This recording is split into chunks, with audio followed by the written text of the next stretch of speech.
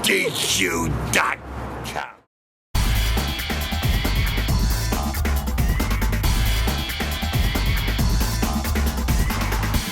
Greetings to everyone out there in the NoDQ galaxy. Welcome to NoDQ video here on NoDQ.com and the YouTube channel, youtube.com/AaronRiftNoDQ. I have your questions from twitter.com/AaronRift using the hashtag NoDQturns20. Let's go ahead and get started today. First one comes from Chris.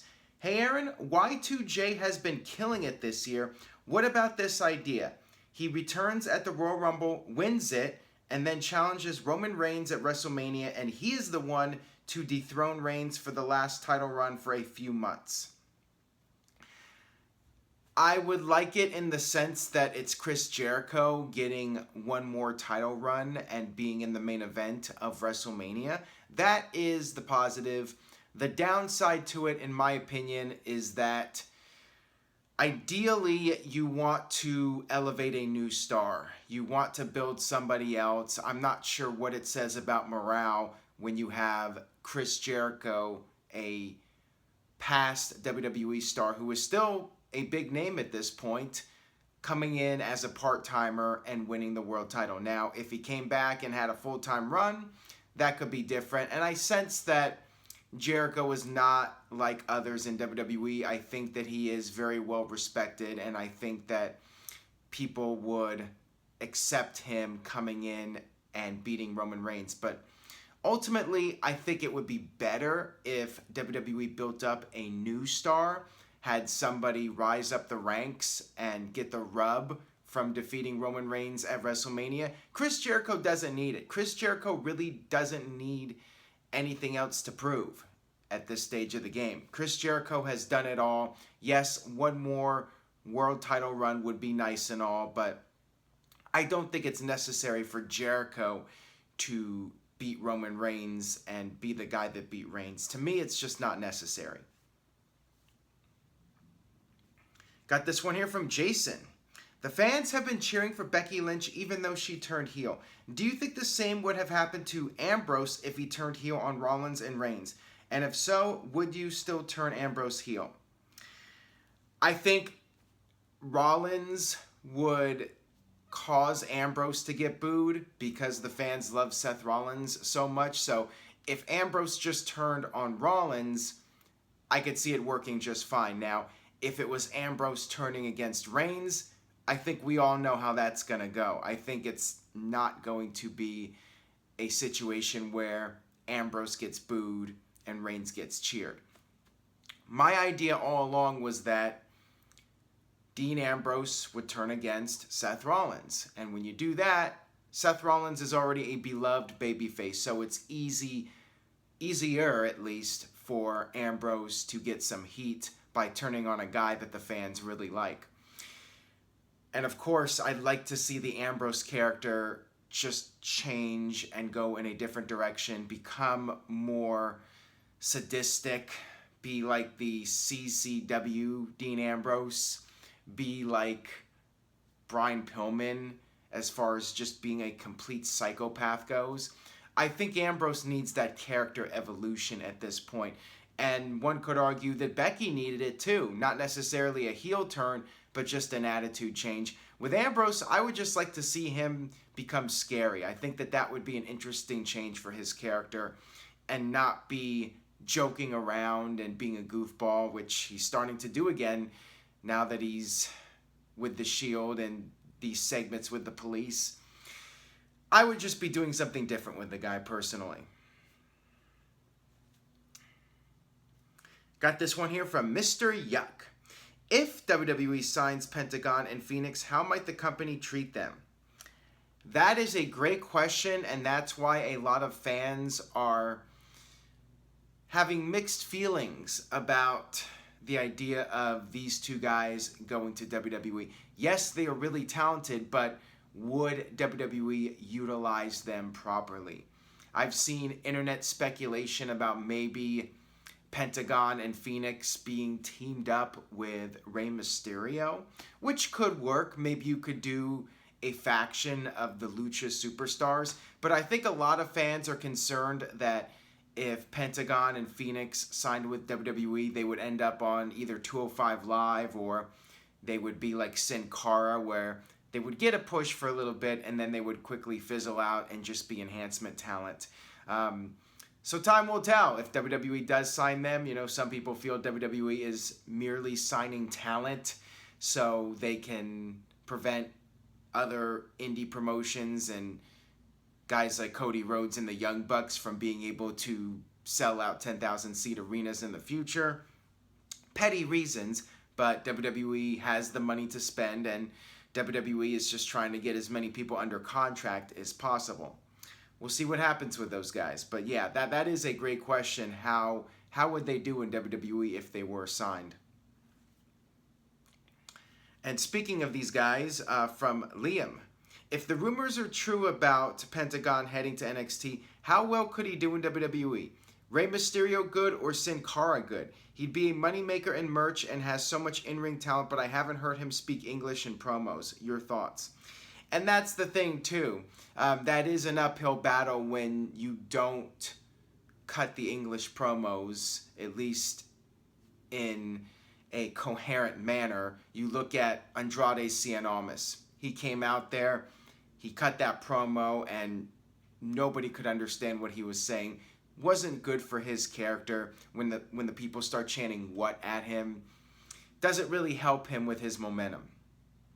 With Pentagon Jr., I think obviously just letting him do his thing is the best course of action.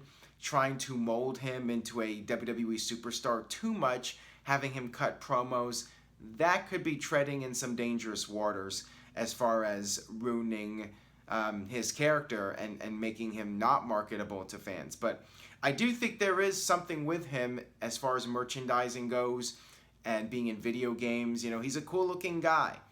He's got the look to be a big superstar in WWE. It's just a matter of how the company portrays him on television and playing up to his strengths and hiding his weaknesses. Got this one here from Anna Yeley. Do you see Earl Hebner returning to WWE as an official before he retires? Unfortunately, I think the odds are against it happening. If anything happens with Earl Hebner and WWE, he will go into the Hall of Fame. But I feel like that's about it. WWE has plenty of referees right now.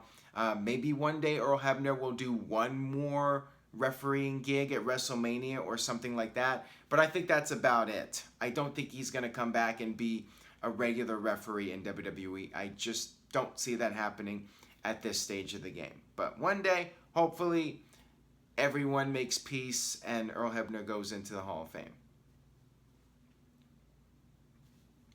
This one comes from Garrett Mills. Since Evolution is going to be all women, will the referees be women? I could definitely see that happening at least for one or two matches.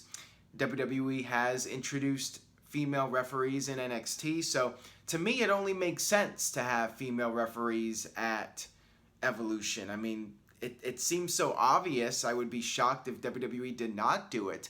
I don't know about all the matches though, but I could see at least a couple of the matches having a female referee. This one comes from It's the Costanza. This probably won't happen, but do you think Rockstar Games, the maker of the Grand Theft Auto series, could make WWE games? Imagine WWE games looking as good as the Grand Theft Auto franchise. I do not play those games, so I really don't know how to answer this question properly. I will say this, though.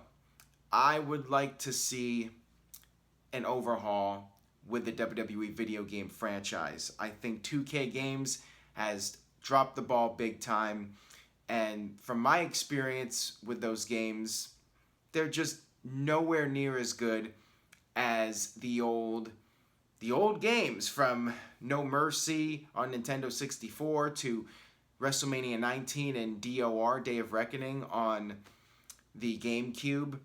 And those were older games on older consoles, and you would think now with the technology the games would be better than ever, but the graphics to me still don't look that great.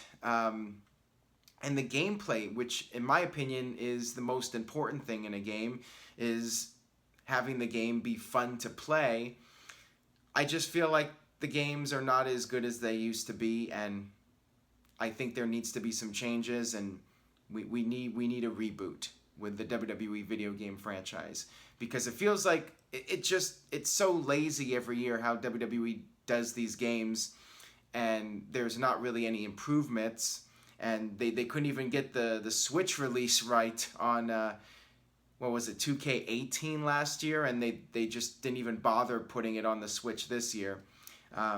So as far as I'm concerned, it's ridiculous, and it's just a money grab. These video games are designed to just get money from people, and it's not about producing a quality game, in my opinion. Got this one here from Rollins versus Styles, please. Better Undertaker match, Undertaker versus Batista at WrestleMania 23 or Undertaker versus Edge at WrestleMania 24? They're both great matches. For me personally, I like Undertaker and Batista more. The problem with Undertaker and Edge, as I've said over the years, is I never really bought into the idea that Edge could end the streak. As big of a star as Edge had become at that point, I feel like he just wasn't built strong enough to be a credible threat to The Undertaker. Edge was the ultimate opportunist. That was his character. Almost like Miz. Very similar, where the guy would find sneaky ways to win, and yeah, maybe he could pull off something at WrestleMania, but I just never sensed it. By that point, I really needed to be convinced that Undertaker's streak was in danger of ending, and with Edge, just did not happen for me in that match. I still enjoyed it. I still think it was a great match, but I just didn't buy into Edge as a credible threat. Batista, I felt a little bit stronger because he is Batista after all, and he was, at the time, WWE's fresh top star. I thought maybe there would be a chance of Batista ending the streak. So I give the slight edge to that. And also I think because that match wasn't really expected to steal the show, and it did. So I'll add that to it as well. Got this one here from SCW Wrestling Channel. Hey Herren, hope you're well and keep up the good work. We know some of the least favorite entrance themes in WWE, but what are your current favorites? Also, if you were a WWE superstar, what would be your entrance theme? Well, as far as current themes go, I mean, definitely Bobby Roode's theme, even though the guy hasn't been doing much lately. He's got a badass theme song. Unfortunately for him, that's pretty much all he has at this point. Without that entrance theme, Bobby Roode's career would basically be DOA at this point.